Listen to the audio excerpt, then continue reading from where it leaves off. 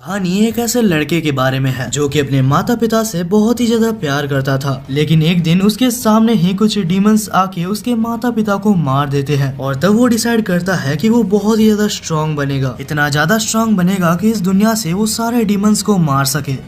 Anime की शुरुआत में हमें बताया जाता है कि बहुत टाइम पहले मॉन्स्टर्स और ह्यूमंस के बीच में एक बहुत ही खतरनाक लड़ाई हुई थी और जब वो लड़ाई खत्म होती है तो ह्यूमंस अपनी जान बचाने के लिए एक खुद का शहर बना लेते हैं। वहीं पे दूर कहीं हमें एक सिटी दिखाया जाता है जहाँ पर उस सिटी की प्रिंसेस जिसका नाम सैली था वो उस सिटी के रॉयल गार्ड से बचकर भाग रही होती है क्योंकि उसका सपना है कि वो कभी न कभी इस सिटी से बाहर निकल के बाकी दुनिया देखे। लेकिन सैली के पेरेंट्स नहीं चाहते कि वो यहाँ से बाहर निकले क्योंकि इस सिटी के बाहर काफी ज्यादा खतरनाक मॉन्स्टर्स मौजूद हैं। वहीं पर हमें दिखाया जाता है कि सैली भागते हुए एक सिटीजन से टकराती है और ये कोई और नहीं हमारा मेन कैरेक्टर है और इसका नाम मीको है। तब सैली कहती है कि प्लीज मेरी हेल्प करो, कुछ गार्ड्स मुझे पकड़ना चाहते हैं और मीको सैली की हेल्प करने के लिए मान जाता है और तभी वहाँ पर गार्ड्स आ जाते हैं और वो मीको को एक लड़की समझ रहे थे। वो कहते हैं कि क्या तुमने यहाँ पर एक येलो हेयर्ड गर्ल को देखा है? मीको कहता है कि मैंने किसी को भी नहीं देखा और तब मीको उन सोल्जर्स को एक रॉन्ग डायरेक्शन बता देता है जिस वजह से वो लोग वहाँ से चले जाते हैं। गार्ड्स के जाने के बाद सैली बाहर आती है और कहती है कि तुम्हारा बहुत बहुत शुक्रिया और तब वो कहती है कि इस एहसान को चुकाने के लिए तुम मेरे साथ चलो, तुम्हें भूख तो जरूर लगी होगी। और इसके बाद हम दोनों को ही किंगडम के पैलेस में देखते हैं जहाँ वो लोग खाना खा रहे होते हैं, जहाँ सैली मीको को कहती है कि मैं एक एडवेंचरर बनना चाहती हूँ ताकि मैं इस पूरे वर्ल्ड को एक्सप्लोर कर पाऊँ। क्या तुम्हारे पास कोई स्टोरीज है क्योंकि तुम भी तो एक एडवेंचरर हो ना? मीको कहता है कि तुम्हें जैसा लगता है बाहर की दुनिया उससे काफी ज्यादा खराब है और जहाँ तक मैंने इस सिटी को एक्सप्लोर किया है इस सिटी में काफी कम मॉन्स्टर्स हैं। बाहर के लोग ऐसी सिटी में जीने के लिए कुछ भी देने के लिए तैयार है, तो आखिर तुम इस सिटी से भागना क्यों चाहती हो? तब सैली कहती है कि मैं बचपन से इसी सिटी में रही हूँ और मैंने आज तक बाहर की दुनिया नहीं देखी। और क्योंकि बात करते करते काफी ज्यादा लेट हो चुका था तो सैली सोने के लिए चली जाती है। और अगले सीन में कैसल के कुछ डिस्टेंस पर हमें दो मॉन्स्टर्स को दिखाया जाता है जो कि चुपचाप अंधेरे में कैसल की तरफ घूर रहे होते हैं।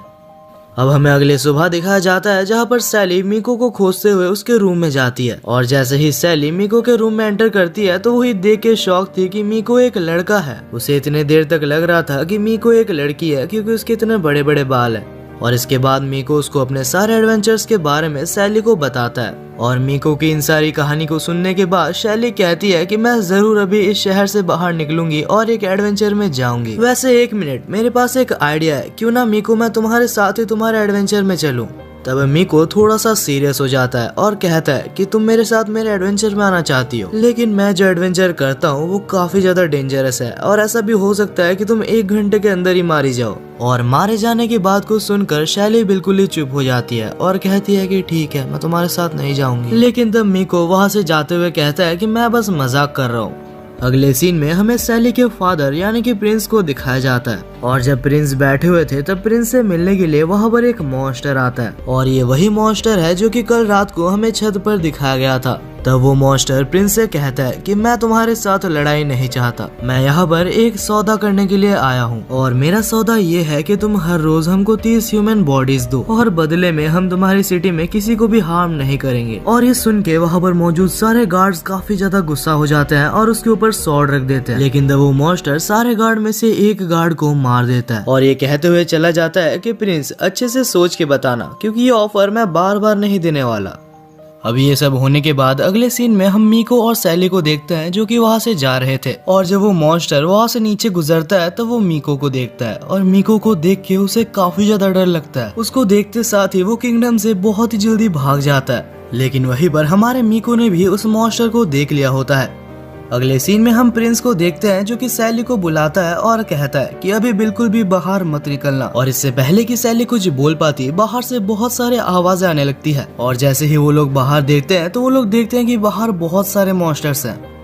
तभी हमें इस मॉन्स्टर का नाम बताया जाता है जो कि याकी था और उसके साथ जो बड़ा वाला मॉन्स्टर है उसका नाम मोकी है। याकी आकर कहता है कि जल्दी से जल्दी हमें यहाँ से निकलना होगा क्योंकि वो लड़का इधर ही है, अगर हम अभी नहीं भागेंगे तो वो आके हमें मार देगा। उसके अंदर इतना पावर है कि उसने हमारी सिटी को अकेले तबाह कर दिया था। और इतने में ही हमें दिखाया जाता है कि पीछे मीको आ चुका था और फिर वो कहता है कि फाइनली तुम लोग मिल गए, अब तुम्हें मारने में काफी मजा आएगा। वहीं पर मोकी कहता है तो अच्छा ये बच्चा है जिसने हमारी सिटी को बर्बाद किया था, अच्छा हुआ तुम मुझे मिल गए और तुम अभी मरने वाले हो। और इतने में ही सैली वहाँ पर दौड़ते दौड़ते आती है और कहती है कि तुम यहाँ पर क्या कर रहे हो, तुम्हें यहाँ से जल्द निकल जाना चाहिए। और तब मॉन्स्टर कहता है कि अभी भी तुम्हारे पास समय है, यहाँ से निकल जाओ। पर तब मीको स्माइल करते हुए उस स्वॉर्ड को निकालता ही है कि उस मॉन्स्टर का हाथ कट जाता है और फिर अपने बालों को सेट करते हुए कहता है कि तुम लोगों की वजह से मेरे माता पिता मारे गए। और ये कहते हुए वो वहाँ पर सारे मॉन्स्टर्स को बहुत ही जल्दी मार देता है और अपने सारे साथियों को मरता हुआ देख मोकी कहता है कि मैं समझ गया, असली मॉन्स्टर्स हम नहीं, असली मॉन्स्टर तो तुम हो। और इससे पहले कि वो कुछ और बोल पाता मीको आकर उसको मार डालता है। लड़ाई खत्म होने के बाद कैसल के अंदर से मीको के पास एक डॉग आता है और तब मीको और वो डॉग वहाँ से जाने लगते हैं।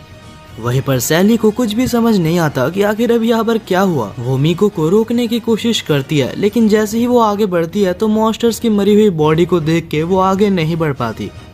अब इसके बाद हमें 1 महीने बाद का सीन दिखाया जाता है और 1 महीने बाद भी उसे मीको के सपने आ रहे थे। उसे अभी तक समझ नहीं आता कि आखिर मीको कौन था। वो डिसाइड करती है कि वो ये सब खुद ही फिगर आउट कर लेगी, लेकिन उससे पहले उसे एडवेंचर में जाना होगा। और एक आखिरी बार वो अपने फादर से पूछने जाती है कि क्या आप मुझे एडवेंचर के लिए जाने दोगे। यहाँ तक कि सैली ने अपने बालों को भी छोटा कर लिया था ये दिखाने के लिए कि वो कितना ज्यादा सीरियस है। और शॉकिंगली इस बार सैली के फादर उसको एडवेंचर में भेजने के लिए मान जाते हैं और ये देख के सैली काफी ज्यादा खुश होती है और कहती है कि मैं फाइनली अब एडवेंचर में जा सकती हूँ। अगले ही सीन में हम सैली को देखते हैं जो कि फाइनली एडवेंचर में निकल चुकी थी और जैसे ही वो शहर को पार करके जंगल के अंदर आती है तब वो अपने सामने एक अजीब सा क्रिएचर देखती है। सैली उसको इग्नोर करके वहाँ से जा रही थी लेकिन तभी उसके अंदर से कुछ आवाज आने लगती है। तब उसे ना चाहते हुए भी वहाँ पर रुकना पड़ता है। कुछ ही देर में वो अजीब सा जानवर उठ जाता है और वो रैबिट जैसा लग रहा था। तब शैली उसे एक कैरेट देती है जिस वजह से वो उसे थैंक्स कहती है। एक बोलता हुआ रैबिट देख के वो भी काफी ज्यादा हैरान थी और इसके बाद वो एक ड्राइंग बनाती है जो कि मीको का था लेकिन वो मीको जैसा लग नहीं रहा था। उस ड्राइंग को देखने के बाद वो रैबिट कहता है मुझे माफ करना, मैंने ऐसे किसी को भी यहाँ पर नहीं देखा। और इसके बाद सैली कहती है कि मैं एक एडवेंचर पर निकली हूँ, बनी क्या तुम मेरे साथ आना चाहोगे? ऐसा भी हो सकता है कि आगे हमें कुछ खतरों का सामना भी करना पड़े। और तब बनी सैली के साथ जाने के लिए हाँ कह देता है। अगली सीन में हम बनी और सैली को देखते हैं जो कि चलते चलते एक छोटे से गांव में आते हैं लेकिन उस गांव के लोग डेमी ह्यूमंस को बिल्कुल भी पसंद नहीं करते और यही वजह है कि वो लोग बनी को अपने गांव में देखना नहीं चाहते और ये चीज सैली को बिल्कुल भी पसंद नहीं आती जिस वजह से वो लोग उस गांव में एंटर करते ही नहीं है। लेकिन इस जगह से बाहर निकलने का उस गांव के अलावा कोई और रास्ता था भी नहीं। तब सैली बनी को एक कपड़े से ढक देती है और चुपचाप वो लोग उस शहर से निकलने लगते हैं। लेकिन इससे पहले कि वो लोग शहर से निकल पाते वहाँ पर उनके सामने विलेज का हेड आ जाता है। विलेज के हेड ने अभी तक बनी को नहीं देखा था जिस वजह से वो लोग बिल्कुल ही शांत थे। लेकिन तब बनी विलेज के हेड के बैग पर बहुत सारे कैरेट्स को देखता है और वो काफी खुश हो जाता है और कहता है कि मुझे कैरेट्स चाहिए। और क्योंकि बनी सामने आ जाता है तो विलेज के चीफ को पता चल जाता है कि वो एक डेमी ह्यूमन है। लेकिन उन दोनों को देख के चीफ समझ जाता है कि ये दोनों एडवेंचरर्स हैं तो वो डेमी ह्यूमंस के बारे में उसको कुछ भी नहीं बोलता। और तब चीफ उन दोनों को ही ऑफर करता है कि अगर तुम चाहो तो मेरे घर में रुक सकते हो क्योंकि ये विलेज काफी बड़ा है तो एक दिन में तुम इसको पार नहीं कर पाओगे। उसी रात हम दोनों को ही चीफ के घर में देखते हैं जहाँ पर बनी को अपना रूम दिखाने के बाद चीफ सैली को उसका रूम दिखाने के लिए उसके साथ जा रहा होता है। और तब वो सैली को कहता है कि बहुत सालों पहले की बात है, इस विलेज के ऊपर मॉन्स्टर्स का हमला हो गया था और इस विलेज के काउंटलेस लोगों को मॉन्स्टर्स ने मार दिया था। लेकिन तब कहीं से एक लंबे बालों वाला लड़का आता है। वो एक एडवेंचरर था जो कि काफी ज्यादा स्ट्रॉन्ग था और वो हमारे विलेज को बचा लेता है। और उसके बारे में सुन के सैली को पता लग जाता है कि ये और कोई नहीं मीको है। तब वो कहती है तो क्या आपको पता है कि वो एडवेंचरर अभी कहाँ पर गया है? तब चीफ कहता है कि मुझे इसके बारे में कुछ भी नहीं पता, मैं तो उसको थैंक्स तक नहीं कह पाया। वो यहाँ के सारे मॉन्स्टर्स को मारने के बाद चुपचाप यहाँ से निकल गया था और यही वजह है कि मैं सारे एडवेंचरर्स की बहुत ही ज्यादा रिस्पेक्ट करता हूँ। तब सैली पूछती है कि आखिर आप लोग डेमी ह्यूमन से इतना ज्यादा नफरत क्यों करते हो? तब चीफ कहता है कि डेमी ह्यूमंस भी एक तरह के डीमंस होते हैं। हालांकि वो लोग अच्छे दिखने के नाटक करते हैं लेकिन अंदर से उनका मन कभी भी अच्छा नहीं होता। इस टॉपिक पर सैली और ज्यादा बात नहीं करती और उस रात वहाँ पर ही सो जाती है। अगले दिन जब सैली सोकर उठती है तो उसे बहुत सारे आवाजें आती है और जैसे ही वो बाहर निकलती है तो वो अपने सामने एक बहुत ही बड़े ऑगर मॉन्स्टर को देखती है। ये मॉन्स्टर वहाँ पर मौजूद सारे सिटीजन्स को हार्म कर रहा होता है। सैली को कुछ भी समझ नहीं आता कि आखिर वो इस मॉन्स्टर को कैसे मारेगी और जैसे ही वो मॉन्स्टर सैली को जान से मारने वाला था तभी वहाँ पर बनी दौड़ते हुए आता है और एक ही किक के साथ वो मॉन्स्टर को मार गिराता है। वहीं पर इन सारी चीजों को जंगल से कुछ सोल्जर्स देख रहे होते हैं। दूसरी तरफ विलेज में बनी की ऐसी पावर को देख के वहाँ के सिटीजन्स काफी ज्यादा डर गए थे। तब विलेज चीफ सामने आता है और कहता है कि मुझे माफ करना, मैं जितनी हेल्प कर सकता था मैंने कर दी, लेकिन तुम दोनों अभी यहाँ से चले जाओ। तब बनी दौड़ते हुए चीफ के सामने जाता है और उसके सामने जाके कहता है कि आपका बहुत बहुत शुक्रिया, आपने कल रात हमारी काफी ज्यादा मदद की थी। और ये देख के वहाँ के सिटीजन्स भी काफी ज्यादा हैरान थे और इसके बाद ही सैली और बनी वहाँ से जाने लगते हैं। लेकिन तब इनके सामने कुछ सोल्जर्स आ जाते हैं जो कि कुछ देर पहले हमें दिखाए गए थे और बिना किसी रीजन के इन दोनों को वहाँ पर अरेस्ट कर लिया जाता है। और इसके बाद ही हमें सैली और बनी को दिखाया जाता है जो कि जेल के अंदर थे और तभी वहाँ पर हेड ऑफिसर आता है और आने के बाद उन दोनों को ही जेल से निकालने के बाद वो कहता है कि मेरा नाम हॉक्स है और हमारी मेन विक्टिम ये डेमी ह्यूमन है। इसकी पावर देख के हमें लगा कि ये कभी भी खतरा बन सकती है और क्योंकि तुम भी इसी के साथ थी इसलिए तुम्हें हमने पकड़ा है। लेकिन थोड़ी सी इन्वेस्टिगेशन करने के बाद और उन विलेजर्स से बात करने के बाद उन्होंने बोला कि बनी एक बहुत ही अच्छा डेमी ह्यूमन है और यहाँ तक कि बनी ने विलेजर्स को डीमन से भी बचाया है। और तब हॉक्स को पता लगता है कि बनी बिल्कुल भी बुरी डेमी ह्यूमन नहीं है और क्योंकि हॉक्स ने बेवजह दोनों को अरेस्ट किया था तो एक ट्रीट देने के लिए वो लोग दोनों को ही एक सिटी में ले आते हैं। तब हॉक्स कहता है कि इस सिटी को रिंडेरी सिटी के नाम से जाना जाता है। वहीं पे उस सिटी के बाहर हम दो मॉन्स्टर्स को देखते हैं। यहाँ पर एक मॉन्स्टर जो कि लड़की है उसका नाम मैरी था और इस बड़े वाले भालू जैसे मॉन्स्टर का नाम जेड है और ये दोनों ही प्लान कर इस सिटी के अंदर कब्जा करने का सोच रहे हैं। लेकिन इस सिटी के आउटर वॉल्स काफी ज्यादा स्ट्रॉन्ग है जिस वजह से कोई भी मॉन्स्टर इसके अंदर एंटर नहीं कर पाता। तब मैरी अपने फुल पावर का यूज करते हुए एक आइस का सेक्रीफाइस कर देती है जिससे कि सिटी के आउटर वॉल में एक बहुत ही बड़ा होल हो जाता है। हालांकि इतना ज्यादा माना यूज करने की वजह से मैरी का साइज छोटा हो जाता है। तब जेड कहता है कि बाकी का मैं संभाल लूंगा, तुम इतने कम माना के साथ फाइटिंग नहीं कर सकती। ये कहकर जेड वहाँ पर मौजूद सारे सिक्योरिटी गार्ड्स को मार देता है और जैसे ही वो अंदर जाता है तो सामने उसे सैली दिखती है। नहीं पता क्यों लेकिन सैली अपने कंट्रोल पे नहीं थी, ऐसा लग रहा था कि किसी ने उसको हिप्नोटाइज कर दिया है। और तब सैली जेड की तरफ बढ़ रही होती है लेकिन तब बनी आता है और जेड को दूर हटा देता है और कहता है कि जल्द से जल्द यहाँ से निकल जाओ, मुझे नहीं लगता कि मैं इसे ज्यादा देर तक होल्ड बैक कर पाऊंगा। और तभी सैली अचानक से होश में आ जाती है और हॉक्स उसको ले जाता है। दूसरी तरफ बनी अपने पूरे स्ट्रेंथ से लड़ रही होती है लेकिन फिर भी वो उसको हरा नहीं पाती। बहुत कोशिश करने के बाद भी जेड उसको पकड़ लेता है। बनी के हमलों का उसके ऊपर कोई भी असर नहीं हो रहा था और देख के ऐसा लग रहा था कि बनी काफी जल्दी मरने वाली है। तब बनी एक आखिरी कोशिश करती है लेकिन इसका भी कोई फायदा नहीं होता और तब जेड बनी को सैली के सामने फेंक देता है। तब सैली बनी को प्रोटेक्ट करने के लिए उसके सामने आ जाती है और कहती है कि मैं तुम्हें इसे मारने नहीं दे सकती। तब जेड हंसता है और कहता है कि आखिर तुम दोनों मेरा क्या ही बिगाड़ सकते हो। अचानक से सैली को अपने अंदर कुछ बहुत ही ज्यादा अजीब सा महसूस होने लगता है। उसकी आंखें बिल्कुल वैसे ही ग्लो कर रही थी जैसे कि मीको की करती है और देखते ही देखते सैली ने उस मॉन्स्टर का एक हाथ काट दिया था। और तब हम सैली को देखते हैं जिसका बिहेवियर पूरी तरीके से चेंज हो चुका था। वहीं पर अगले सीन में हम एक पेड़ के नीचे मरी को देखते हैं जो कि सोच रही होती है कि आखिर जेड को इतना टाइम क्यों लग रहा है। और तब फाइनली हम अपने मेन कैरेक्टर मीको को देखते हैं जो कि मैरी के बिल्कुल ही पीछे था और कहता है अभी अभी अंदर से जो आवाज आई क्या वो तुम्हारी दोस्त की है। तब मैरी मीको को देखती है लेकिन उसे कुछ समझ नहीं आता आखिर कैसे मीको उसके पीछे आ गया और उसे पता तक नहीं चला। और इसके बाद मैरी बिना कुछ सोचे उसके ऊपर हमला कर देती है। ये हमला वाकई में काफी ज्यादा पावरफुल था जिससे कि वो पेड़ कट जाता है लेकिन इस हमले से मीको को कुछ भी नहीं होता। और तब मीको कहता है कि अच्छा होगा अगर तुम लड़ने की कोशिश ना करो। वहीं पर दूसरी तरफ हम जेड को देखते हैं जो कि काफी जोर जोर से हंस रहा था और कहता है कि फाइनली मुझे इतने दिनों बाद कोई ऐसा मिला जो कि मुझसे लड़ सकता है। ये कहकर जेड शैली की तरफ एक बहुत ही खतरनाक हमला करता है लेकिन जेड ये देख के चौंक जाता है कि शैली ने उसके अटैक को आराम से रोक लिया था। वहीं पर दूसरी तरफ हम मीको को देखते हैं जो कि मैरी के साथ बैठा होता है। तब मैरी पूछती है कि क्या तुम वही ट्रेवलर हो जो कि सारे मॉन्स्टर्स को शहर शहर जाके मार रहा है। तब मीको कहता है कि तुम्हें अगर मेरे बारे में पता ही है तो मैं तुम्हें एक क्वेश्चन करना चाहता हूँ। क्या मैं पूछ सकता हूँ कि आखिर तुम और तुम्हारे दोस्त इस शहर के लोगों को क्यों मारना चाहते हैं?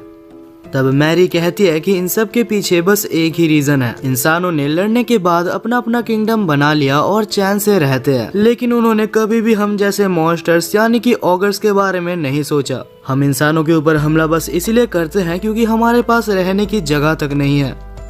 और अब ये सब बातें मीको को बताते हुए उसकी माना पूरी तरीके से रिस्टोर हो चुकी थी और मैरी अभी पूरी तरीके से अपने ओल्ड फॉर्म में वापस आ चुकी थी। और तब वो अपने माना को रिलीज करते हुए कहती है कि मुझे माफ कर देना, लेकिन तुम मॉन्स्टर्स के लिए एक खतरा हो और हमारी भलाई के लिए हमें तुम्हें यहीं पर मारना होगा।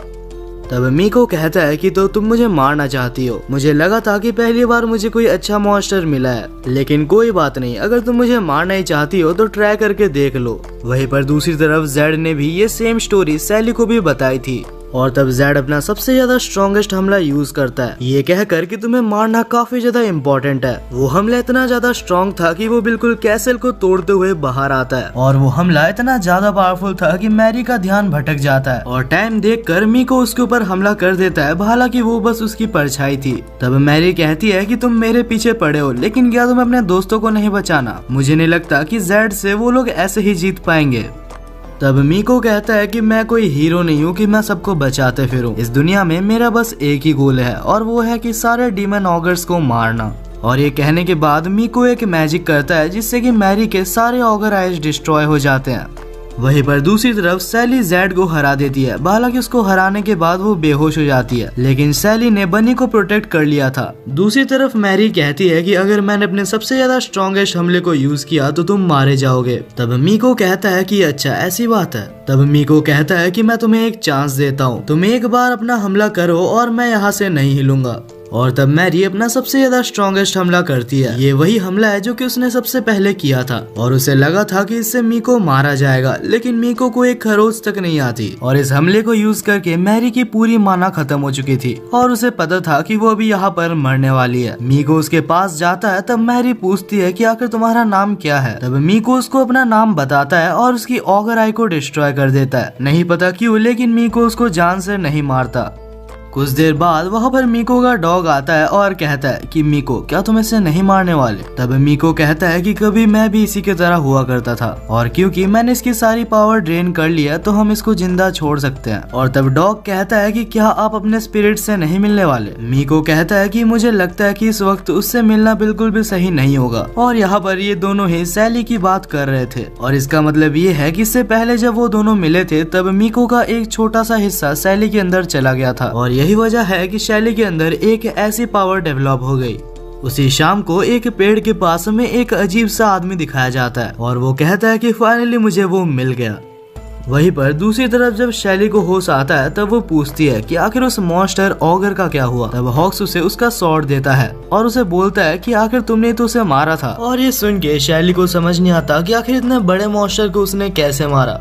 अगले सीन में हम हॉक्स को देखते हैं जो कि शैली और बनी को जेल में लेके आता है और तब हॉक्स दोनों को ही मैरी को दिखाता है और कहता है कि हम लोग जब इन्वेस्टिगेशन कर रहे थे तब सिटी के बाहर एक पेड़ के पीछे हमें ये लड़की पड़ी हुई मिली और जैसे कि हम देख सकते हैं कि ये एक ऑगर है। हालांकि किसी ने इसके मॉन्स्टर एलिमेंट्स को एलिमिनेट कर दिया है और क्योंकि ये एक ऑगर है तो ऐसा हो सकता है कि इस हमले के पीछे इसका भी हाथ हो, इसीलिए जब ये एक बार होश में आ जाएगी तो हमें इसे मारना होगा।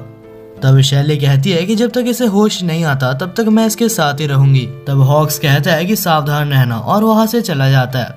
इसके बाद जब बनी और शैली उसके पास बैठे थे तब बनी एक चीज नोटिस करती है और शैली से कहती है कि मैरी बस बेहोश होने का नाटक कर रही है। और जब दोनों को पता लग ही चुका था तो मैरी वहाँ पर उठ जाती है और कुछ प्लान करने के बाद वो बनी के ऊपर हमला करने की कोशिश करती है, लेकिन मैरी के अटैक्स बिल्कुल भी पावरफुल नहीं थे क्योंकि मीको ने उसके पावर एलिमेंट्स को ऑलरेडी डिस्ट्रॉय कर दिया है। मैरी को कुछ समझ नहीं आ रहा था कि आखिर उसके अटैक्स उसको लग क्यों नहीं रहे और जब उसे याद आता है कि मीको ने ये सब किया है तब वो जोर जोर से मीको का नाम लेने लगती है और मीको का नाम सुन के शैली को कुछ भी समझ नहीं आता। तब वो कहती है कि मुझे सब कुछ पहले से बताओ। अगले सीन में हम एक ऑगर को देखते हैं जो कि धीरे धीरे जंगल से सिटी की तरफ बढ़ रहा होता है।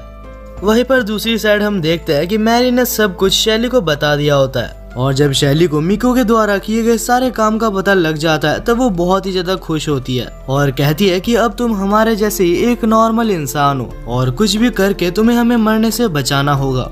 अगले सीन में हमें हॉक को दिखाया जाता है जो कि अपने कैबिनेट में बैठा होता है और तब उसके पास कुछ गार्ड्स आते हैं और कहते हैं कि वो मैरी नाम की ऑगर यहाँ से भाग चुकी है और इस प्लान में आपके दोनों ही दोस्त शामिल है। हॉक को विश्वास नहीं होता कि ऐसा भी कुछ शैली और बनी कर सकते हैं। उन तीनों को ही पकड़ने के लिए हॉक वहाँ से बाहर निकलता है और देखता है कि तीनों ही वहाँ से भाग रहे थे। उन्हें रोकने के लिए हॉक उनके सामने आ जाता है, लेकिन तब बनी दौड़ते हुए आती है और हॉक को साइड हटा देती है। हॉक उन्हें रोकने की सारी कोशिश करता है, लेकिन वो तीनों वहाँ से भाग रहे होते हैं। इससे पहले कि हॉक फिर से उनके पीछे जा सकता, वहाँ पर एक बहुत ही बड़ा हमला होता है और ये हमला इतना ज्यादा बड़ा था कि बस एक हमले से ये पूरी सिटी तबाह हो चुकी थी। हॉक अपने सामने पूरी सिटी को तबाह होता हुआ देख कुछ भी समझ नहीं पाता और तब मैरी को एक बहुत ही ज्यादा स्ट्रेंज सी फीलिंग महसूस होती है और तब ऊपर हम एक हाई लेवल ऑगर को देखते हैं। इस हाई लेवल ऑगर का नाम हमें साइमन बताया जाता है और इस टाइप के ऑगर्स के अंदर इनसेन लेवल की स्ट्रेंथ होती है। तब साइमन मैरी से पूछता है कि आखिर तुम इन ह्यूमंस के साथ क्या कर रही हो।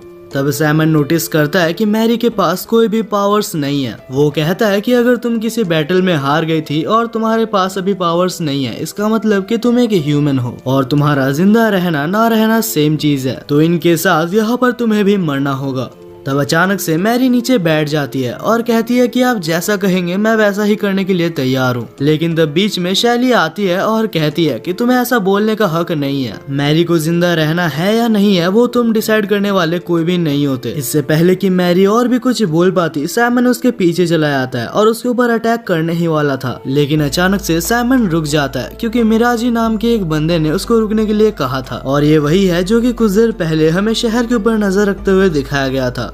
और तब वो साइमन को कमांड करता है कि तुम शैली के ऊपर हाथ नहीं उठाओगे और वो साइमन को वहाँ से वापस बुला लेता है। ये सब होने के बाद कुछ ही देर में सुबह हो जाती है और तब शैली हॉक्स के पास जाती है जो कि अभी तक वैसे ही बैठा हुआ था। शैली उसे होश में लाती है और कहती है कि अभी ये शहर बर्बाद हो चुका है तो हमें फिर से स्टार्ट करना होगा। तब हॉक्स होश में आता है और कहता है तुम सही कह रही हो, हमें सबसे पहले एक ऐसी जगह खोजनी होगी जहाँ की हम रह सकते हैं। तब मैरी कहती है कि यहाँ से थोड़े ही दूर पे एक शहर है और वो शहर काफी बड़ा है तो हमें वहाँ पर रहने की जगह मिल सकती है।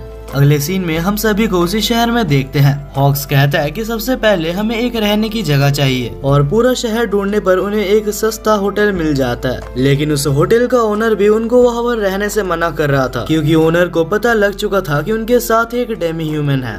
पर जब ओनर को पता चलता है कि उनके साथ हॉक भी है जो कि एक आर्मी जनरल है, तब वो रूम देने के लिए मान जाता है। और अब फाइनली इतने मेहनत के बाद उनको एक होटल पे एक सस्ता रूम मिल चुका था। रूम में आने के बाद शैली बाहर से कुछ खाना लाने के लिए जाती है।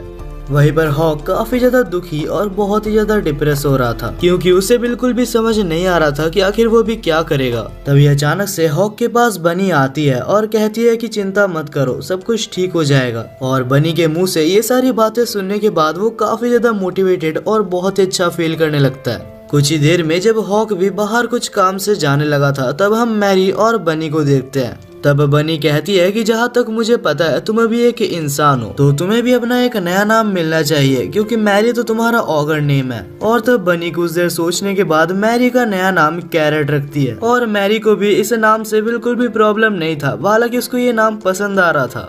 वहीं पर अगले सीन में हम शैली को देखते हैं जिसे अभी तक समझ नहीं आ रहा था कि आखिर सबको क्या पसंद आएगा। शैली बहुत सारे स्टोर्स में जा चुकी थी लेकिन उसे खाने के लिए कुछ भी अच्छा नहीं मिल रहा था। वो बैठ के सोच ही रही होती है कि आखिर उसे क्या खरीदना चाहिए, तभी अचानक से उसके साइड में मीको आ जाता है। अचानक से मीको को देख के शैली को समझ नहीं आता कि आखिर उसे क्या बोलना चाहिए।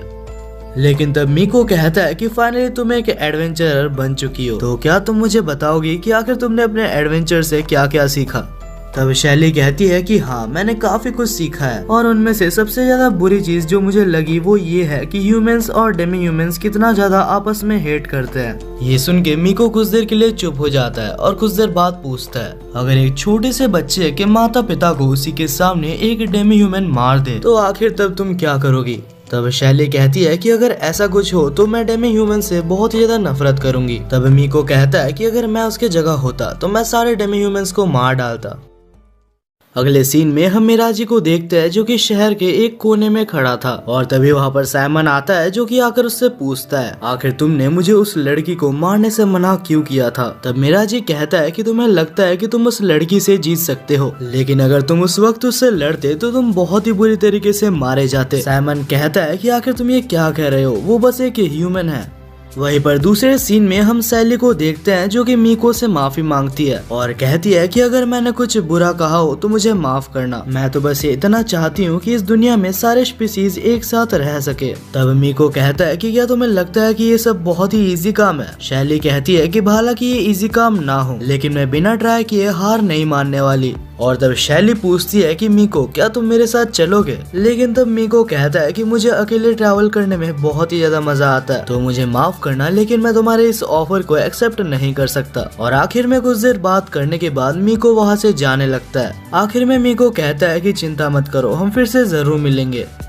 और इसके बाद ही शैली कुछ खाना खरीद के अपने रूम में आ जाती है, लेकिन तब शैली रूम में एक अनजान बच्चे को नोटिस करती है। तब हॉक्स कहता है कि ये हमारे सिटी में से है और इस बच्चे का नाम ब्रेट बताया जाता है। तब ब्रेट बताता है कि जब पूरी सिटी डिस्ट्रॉय हो गई थी तब एक विच मेरे सामने आई थी और उसने मुझे बचा लिया था। हालांकि शैली समझ नहीं पाती कि आखिर एक विच ने एक बच्चे को क्यों बचाया।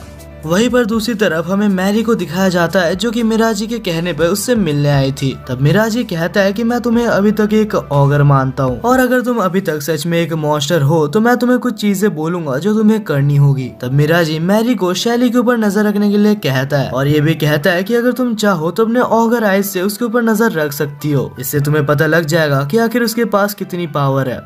अगले सीन में हम देखते हैं कि सभी लोग उस जगह पर आ चुके थे जहाँ पर ब्रेट ने उस विच को देखा था। उस जगह पर एक बहुत ही बड़ा पेड़ होता है जिसके अंदर विच का घर होता है। जब वो लोग उस घर के अंदर आते हैं तो पहले उनको कोई भी नहीं दिखता, लेकिन कुछ देर बाद हमें उस विच को दिखाया जाता है जिसका नाम वीनी था। तब शैली उसके पास जाती है और कहती है कि तुमने उस बच्चे को बचाया था और क्योंकि तुम एक विच हो तो तुम्हें बहुत सारे मैजिक्स आते होंगे। और तब शैली विच से रिक्वेस्ट करने लगती है कि वो भी उसे कुछ मैजिक सिखा दे, लेकिन तब वीनी कहती है कि मैं तुम्हें मैजिक सिखाऊंगी, लेकिन इसके 1 लाख रुपए लगेंगे। और तब शैली हॉक्स के पास रिक्वेस्ट करने लगती है कि वो उसे कुछ पैसे उधार दे दे, लेकिन हॉक्स कहता है कि मेरे पास इतने पैसे नहीं है। और तब हॉक्स शैली से कहता है कि मैं तुम्हें मैजिक करना तो नहीं लेकिन स्वॉर्ड चलाना जरूर सिखा सकता हूँ। वहीं पर अगले सीन में हम हॉक को देखते हैं जो कि शैली को स्वॉर्ड चलाना सिखा रहा होता है और वहीं पर मैरी शैली के ऊपर नजर रख के बैठी हुई थी। और तब मैरी अपने ऑगर आइज की मदद से शैली के पावर को देखने की कोशिश करती है। हालांकि जब वो शैली को देखती है तो उसे एक बहुत ही ज्यादा व्हाइट लाइट दिखाई देती है और इसका मतलब ये है कि शैली एक नॉर्मल पर्सन से काफी ज्यादा स्ट्रॉन्ग है।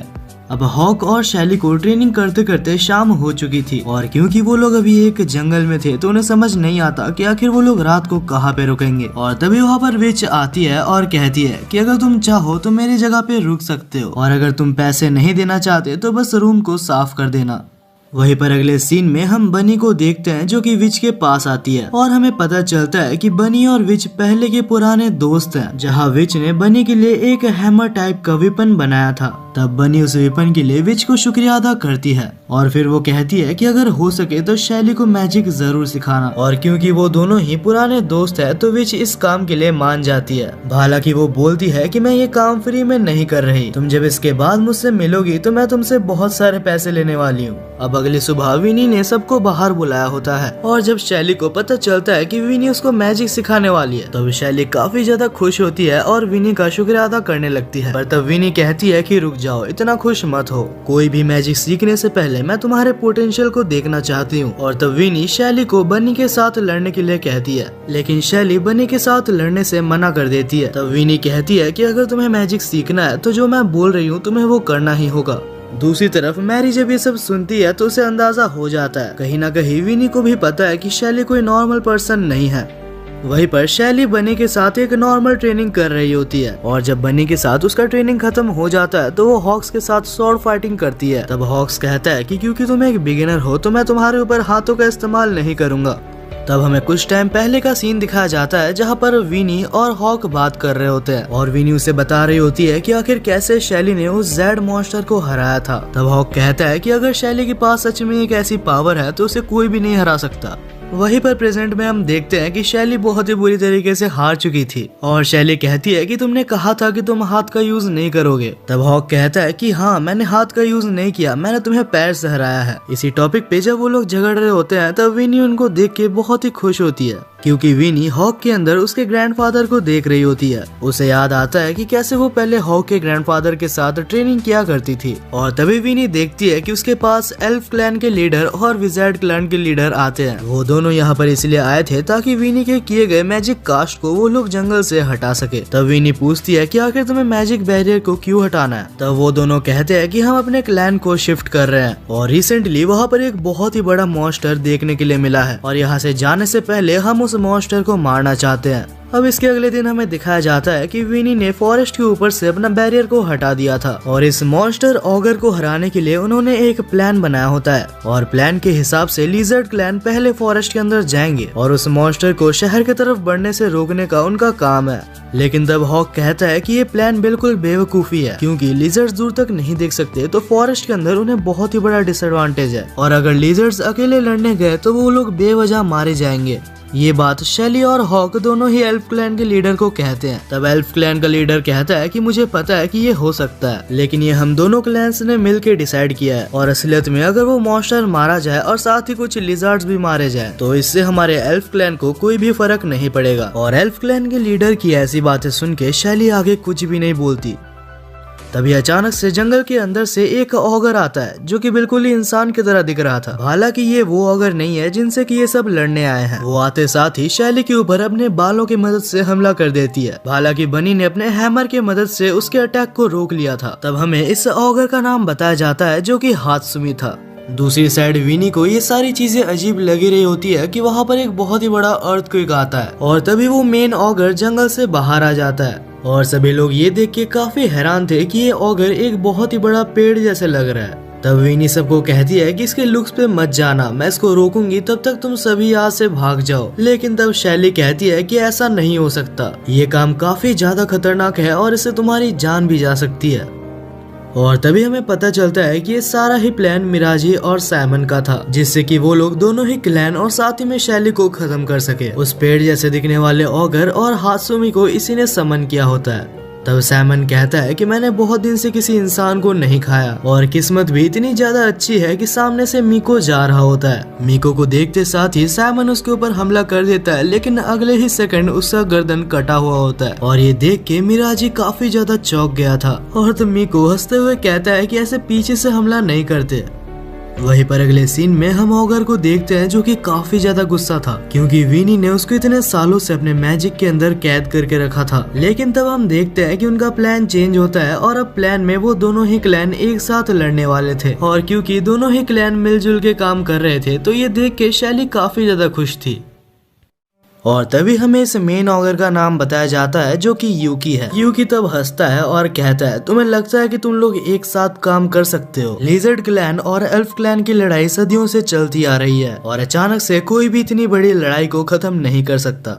और ये कहते हुए यूकी ने शैली को पकड़ लिया होता है। यूकी जैसे ही शैली को मारने वाला था तब बनी उसे बचाने के लिए आगे बढ़ती है, पर तब हात्सुमी बनी के सामने आ जाती है और कहती है कि तुम उसे हमेशा नहीं बचा सकती। और ये कहकर हात्सुमी बनी के ऊपर हमला कर देती है और अपने ही दोस्त के ऊपर हमला होता हुआ देख शैली की आईज फिर से ग्लो करने लगती है। यूकी को समझ नहीं आता कि आखिर शैली के अंदर अचानक से इतनी ज्यादा स्ट्रेंथ कैसे आ रही है। कुछ ही देर में शैली यूकी के रूट्स को तोड़ते हुए वहाँ से बाहर निकल जाती है। तब यूकी कहता है कि तुम काफी ज्यादा पावरफुल हो और हमारे ऑगर क्लैन को तुमसे बहुत ही बड़ा खतरा है, तो अगर तुम सच में ये चाहती हो कि हम सब मिलजुल के रह सके तो तुम्हें यहाँ पर मरना होगा। हालांकि शैली उसके बातों को पूरी तरीके से इग्नोर कर देती है और जब शैली उसके ऊपर हमला करने ही वाली थी तब हात्सुमी उसे पकड़ लेती है, लेकिन शैली एक ही हमले की मदद से हात्सुमी के बालों को काट देती है। ये देख के हात्सुमी को कुछ भी समझ नहीं आता, क्योंकि आज तक कोई भी उसे इतना स्ट्रॉन्ग नहीं मिला जो कि उसके बालों को काट सके, क्योंकि उसके एबिलिटीज की मदद से उसके बाल स्टील से भी ज्यादा स्ट्रॉन्ग हो जाते हैं। और अब बिना कुछ कहे शैली उसके ऊपर हमला कर देती है और ये हमला इतना ज्यादा पावरफुल था कि हात्सुमी के पावर्स उसके पास से चले जाते हैं। हात्सुमी को समझ नहीं आता कि आखिर शैली कौन है लेकिन तब यूकी काफी ज्यादा गुस्सा हो जाता है और कहता है कि तुम बहुत ही ज्यादा वीक हो। अगर तुम एक इंसान से भी नहीं जीत सकती तो तुम्हें मॉन्स्टर क्लैन में रहने का कोई भी हक नहीं। और ये कहकर यूकी हात्सुमी की जान लेने के लिए उसके ऊपर हमला करता है, लेकिन अगले ही पल शैली ने उसके सारे रूट्स को जला दिया होता है। और ऐसी इंसेन पावर देख के यूकी को कुछ भी समझ नहीं आता। तब शैली कहती है कि तुम कह रहे थे कि हात्सुमी बहुत ही ज्यादा वीक है, लेकिन तुम्हें देख के मुझे ये नहीं लगता कि तुम स्ट्रॉन्ग हो। मेरे पास जो भी पावर्स है मैं बस उसे तभी यूज करती हूँ जबकि मुझे जरूरत होती है, और इन पावर्स को मैं बस अच्छे कामों के लिए ही यूज करती हूँ। हालांकि ये पावर्स मेरे पास रहे या ना रहे, लेकिन अगर मैंने कहीं भी नाइंसाफी देखी तो मैं उसे जरूर सबक सिखाऊंगी। और ये कहकर शैली अपने पूरी पावर की मदद से उसके ऊपर हमला करती है और कुछ ही देर में वो मॉन्स्टर भी वहीं पर मारा जाता है। और जब फाइनली इन दोनों ही मॉन्स्टर्स को हरा दिया गया है तो वो सब बहुत ही ज्यादा खुश थे और सभी लोग शैली का शुक्रिया अदा भी करते हैं, क्योंकि आज शैली ने ही उन्हें और उनके गाँव वालों को बचाया है। और तब हॉक नोटिस करता है कि हात्सुमी यहाँ पर नहीं है। वहीं पर हम हात्सुमी को देखते हैं जो कि अपनी जान बचा के जंगल के अंदर भाग चुकी थी। हालांकि उसे देख के ये नहीं लग रहा था कि वो बिल्कुल भी सही हालत में है। तब उसी रात हम मैरी को देखते हैं जो कि सारी इन्फॉर्मेशन मिराजी की तरफ भेजने के लिए अपने ऑगर आइज का इस्तेमाल करती है, लेकिन इन्फॉर्मेशन देने से पहले मैरी उसको सवाल कर रही थी कि आखिर तुमने मुझे शैली के ऊपर नजर रखने के लिए क्यों कहा था। और मैरी का ये सवाल सुन के मिराजी बहुत ही ज्यादा गुस्सा हो जाता है। मिराजी को ऐसा लगता है कि वो एक बहुत ही ज्यादा हाई पोस्ट में है और मैरी के जैसे एक लो लेवल ऑगर उससे सवाल करने के लायक नहीं है। लेकिन फिर मिराजी अपने गुस्से को कंट्रोल करता है और कहता है, कुछ देर पहले जब हम लोग पहाड़ों पर अपने प्लान के ऊपर नजर रख रहे थे तब हमें उस पहाड़ पे एक लड़का मिला था जिसने कि साइमन को एक ही सेकंड के अंदर मार दिया। ये सुन के मैरी बहुत ही ज्यादा चौंक जाती है, लेकिन उसे फिर पता लग जाता है ये और कोई नहीं मीको ही हो सकता है। तब मिराजी कहता है कि ऐसा भी हो सकता था कि आज मैं भी उसके साथ मारा जाता, लेकिन मैंने उसे समझाया कि मैं उसके साथ फाइट नहीं करना चाहता।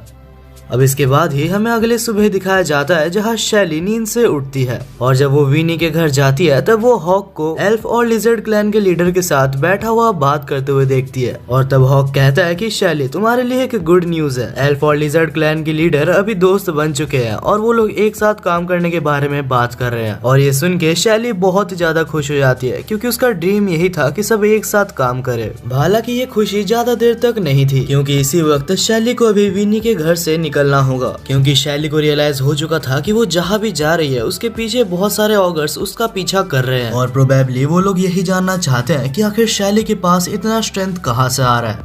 अगले सीन में हम शैली को देखते हैं जो कि वहाँ से निकल रही थी और उसके साथ उसके एडवेंचर में हॉक्स, मैरी और बनी उसके साथ जाने वाले थे। और इसके बाद ही विनी को अलविदा कहकर वो लोग वहाँ से निकल जाते हैं। उसी रात एक जगह पर हमें एक लेडी दिखाई जाती है जो कि सड़क पर अकेले जा रही थी और अचानक से उसे कुछ महसूस होता है और जैसे ही वो पीछे देखती है तो उसके पीछे एक बहुत ही खतरनाक ऑगर था और अगले ही पल वो लेडी नीचे गिरी हुई थी। वहीं पर अगले सुबह हमें शैली और बाकी सभी को दिखाया जाता है जो कि एडवेंचर करते हुए उसी टाउन में पहुंच चुके थे। रास्ते में हॉक्स को एक गार्ड मिलता है जो कि उसे पहचान लेता है और तब वो हॉक को वार्निंग देता है कि तुम जिस सिटी में जा रहे हो अभी अभी वहाँ पर एक वैम्पायर देखने के लिए मिला है जो कि सुंदर लड़कियों को टारगेट बना के उन्हें मार रहा है। ये सुन के शैली कहती है कि हमें वहाँ पर नहीं जाना चाहिए। तब हॉक कहता है कि तुम्हें कोई भी खतरा नहीं है क्योंकि वो वैम्पायर सुंदर लड़कियों को टारगेट बना रहा है, तो जहाँ तक मुझे लगता है तुम पूरी तरीके से सेफ हो। और क्योंकि हॉक ने इतना ज्यादा हिम्मत दिखाया था तो उसे मार तो खाना ही था। अगले सीन में हम देखते हैं कि सारे लोग उस शहर में पहुंच चुके होते हैं और बिल्कुल पहले की तरह शहर के लोग उनको इग्नोर कर रहे होते हैं क्योंकि इस शहर में भी डेमी ह्यूमंस किसी को भी पसंद नहीं है। और डेमी ह्यूमंस के तरफ इतना हेट देख के मैरी बहुत ही ज्यादा गुस्सा हो जाती है। वो कहती है कि मुझे पता है कि ह्यूमंस पहले से ही ऐसे हैं। और तब वो शैली को कहती है कि चलो इनको सबक सिखाते हैं। पर तब शैली कहती है कि मैं अपने पावर्स को इनोसेंट पीपल के ऊपर यूज नहीं कर सकती। और क्योंकि शैली ने मैरी की बात नहीं मानी तो मैरी को बिल्कुल भी अच्छा नहीं लगता। वहीं पर बहुत खोजने के बाद फाइनली उनको एक होटल मिल गया था। वहीं पर बनी और मैरी कुछ खाना लेने के लिए वहाँ से चले गए थे। हालांकि बनी को अभी कोई कपड़ा नहीं मिला था जिससे कि वो अपने चेहरे को ढक सके। और तभी एक दुकान में बहुत सारे कैरेट्स देखकर बनी बहुत ही ज्यादा खुश हो जाती है और वो कुछ कैरेट्स खरीदना चाहती थी, लेकिन उस स्टोर का ओनर बनी के पैसों को लेने के जगह उसके पैसों को नीचे फेंक देता है और कहता है कि मैं तुम्हें कुछ भी नहीं देने वाला। और ये देख के मैरी को फिर से बहुत ही ज्यादा गुस्सा आता है। वहीं पर बनी बिना कुछ कहे अपने कॉइन्स को उठा रही होती है अगले सीन में हम शैली और हॉक को देखते हैं जो कि इसी बारे में बात कर रहे होते हैं। हॉक कहता है कि हमें बनी को अकेले नहीं भेजना चाहिए था क्योंकि यहाँ के लोग भी उसे पसंद नहीं करते और उसने अपने फेस को भी कवर नहीं किया तो लोग उसे बहुत सारे बातें बोलेंगे और इस चीज से बनी को भी बहुत ज्यादा बुरा लगेगा।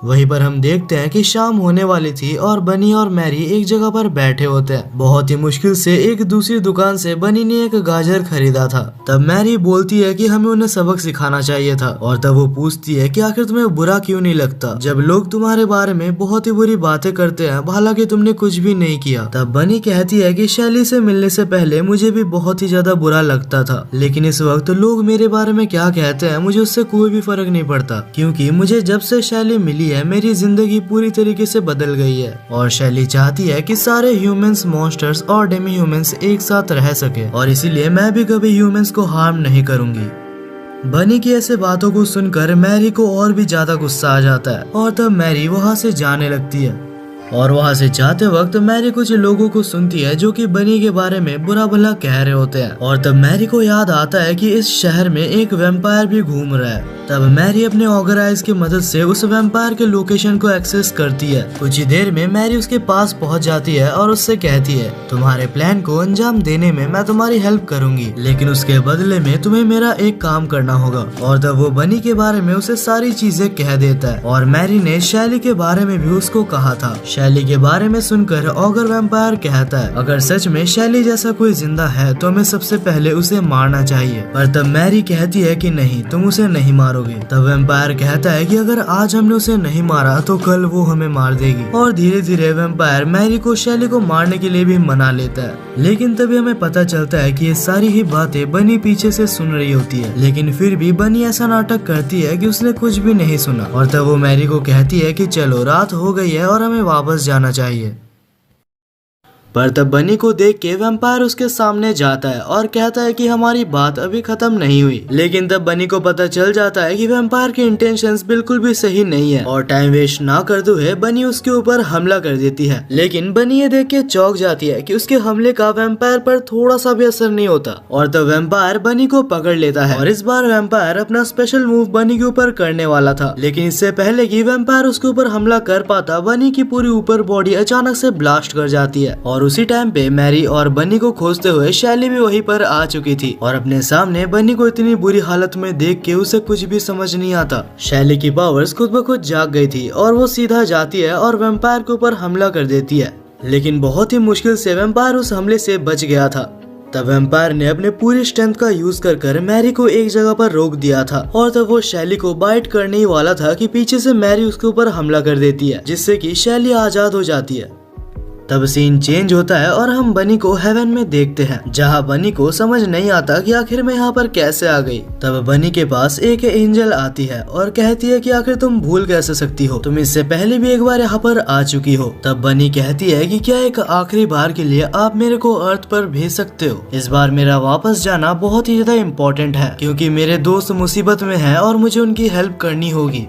तब एंजल कहती है कि मुझे नहीं पता आखिर तुम्हें वापस क्यों जाना है, लेकिन अगर तुम्हें जाना है तो मैं तुम्हारी एक बार हेल्प कर सकती हूँ। और अगले सीन में हम फिर से देखते हैं कि फाइनली बनी फिर से जिंदा हो चुकी थी, लेकिन इस बार बनी में कुछ अलग था। बनी के आंखें लाल ग्लो कर रहे होते हैं और उसके पीठ से एक अजीब सा काला पंख निकला होता है। यहाँ तक कि बनी को अपने अंदर एक बहुत ही स्ट्रेंज पावर महसूस होती है और तब बनी बिना टाइम वेस्ट करते हुए उस वैम्पायर के ऊपर हमला करती है। वो हमला इतना ज्यादा पावरफुल था कि वो वैम्पायर एक ही बार में हार जाता है और जब वैम्पायर मरने वाला था तब उसे कुछ चीजें याद आती है। जब वो इस शहर में पहली बार आया था तब उसे एक ह्यूमन मिली थी और उसका बिहेवियर इतना ज्यादा अच्छा था कि धीरे धीरे मैं उससे प्यार करने लगा। उसके साथ रहते वक्त मैं पूरी तरीके से भूल गया था कि मैं एक वैम्पायर हूँ और जिस दिन फाइनली हम दोनों शादी करने वाले थे उस दिन मेरे ऊपर से मेरा कंट्रोल खो गया और मैंने उसी का खून पी लिया जिसको मैं प्यार करता था। और जब वो मारी जाती है तो मेरी जिंदगी पूरी तरीके से बदल जाती है और उस हादसे के बाद उसने सबको मारना चालू कर दिया था। वहीं पर हम प्रेजेंट में वैम्पायर को देखते हैं जो कि अपने आखिरी सांस से ले रहा था और मैरी से कहता है कि मैं समझ सकता हूँ कि आखिर तुमने शैली की साइड क्यों ली। अगले सीन में हम बनी को देखते हैं जो कि अभी भी सो रही थी और जब वो उठती है तो उसे याद आता है कि वैम्पायर को मारने के बाद वो बेहोश हो गई थी और तब बनी उसके साइड में उसी एंजल को देखती है जो कि वहीं पर बैठी हुई थी। बनी को कुछ भी समझ नहीं आता, वो कहती है कि क्या मैं फिर से मारी गई। तब एंजल कहती है कि नहीं, ऐसा नहीं है। एंजल कहती है कि जब मैंने तुम्हें यहाँ पर भेजा था तब मैंने तुम्हें एक पावर दी थी और क्योंकि बनी का काम हो चुका था तो एंजल उस पावर को वापस ले लेती है और जाते हुए कहती है कि तुम्हें कुछ अच्छे दोस्त मिले हैं, उनका ख्याल रखना।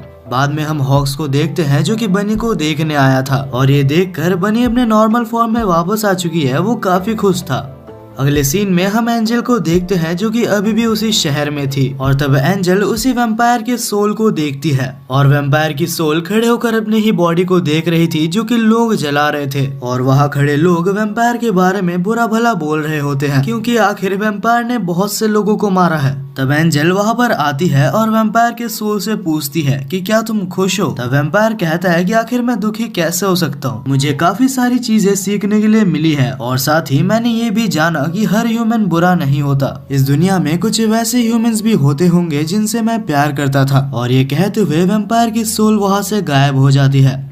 वहीं पर अगले सीन में हम फाइनली मीको को देखते हैं जहाँ पर जब मीको और उसका डॉग ट्रैवल कर रहे होते हैं तब मीको को अपने पीछे कुछ फील होता है और जैसे ही वो पीछे देखता है तो वो कोई और नहीं हात्सुमी थी।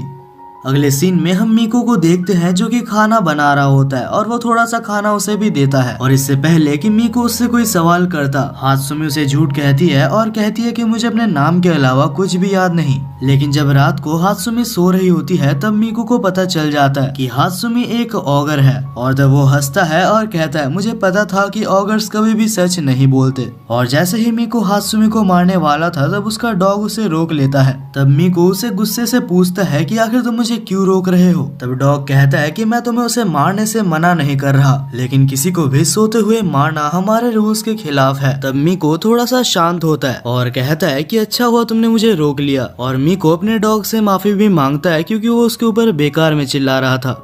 अगले दिन जब मीको और बाकी सब आगे बढ़ते हैं तो उनके पास एक ऑगर आता है और जैसे ही मीको उस ऑगर को मारता है तो हात्सुमी के सिर में दर्द होने लगता है। और इसके बाद जैसे ही वो लोग थोड़ा आगे बढ़ते हैं तो मीको को वहाँ पर एक मिड लेवल का ऑगर दिखता है। ये ऑगर भी काफी ज्यादा पावरफुल होते हैं और पूरे ऑगर क्लैन में इनकी पावर मिडिल में आती है। तब वो ऑगर बहुत ही ज्यादा गुस्सा हो जाता है और कहता है अपना फाइट हारने के बाद तुम वहाँ से भाग गई और सिर्फ तुम्हारी वजह से हमारे मास्टर यूकी वहाँ पर मारे गए, जिस वजह से तुम्हें जिंदा रहने का कोई भी हक नहीं है। और ये कहकर वो ऑगर हात्सुमी के ऊपर हमला कर देता है और उस हमले के बाद हात्सुमी बहुत ही बुरी तरीके से इंजर्ड हो चुकी थी। वहीं पर मीको साइड में खड़े होकर ये सभी कुछ देख रहा था, लेकिन मीको को ऑगर्स के फाइट में जाके उन्हें रोकने का कोई शौक नहीं है। वहीं पर हात्सुमी बहुत ही बुरी तरीके से इंजर्ड हो गई थी और नीचे गिर गई होती है। आखिरी टाइम पे हात्सुमी रोते हुए अपने ऑगर हॉर्न को पूरी तरीके से निकाल लेती है और मीको से कहती है कि मैं और ऑगर नहीं हूँ, मैं एक इंसान हूँ, प्लीज मेरी हेल्प करो। और ये कहकर हात्सुमी वहीं पर बेहोश हो जाती है।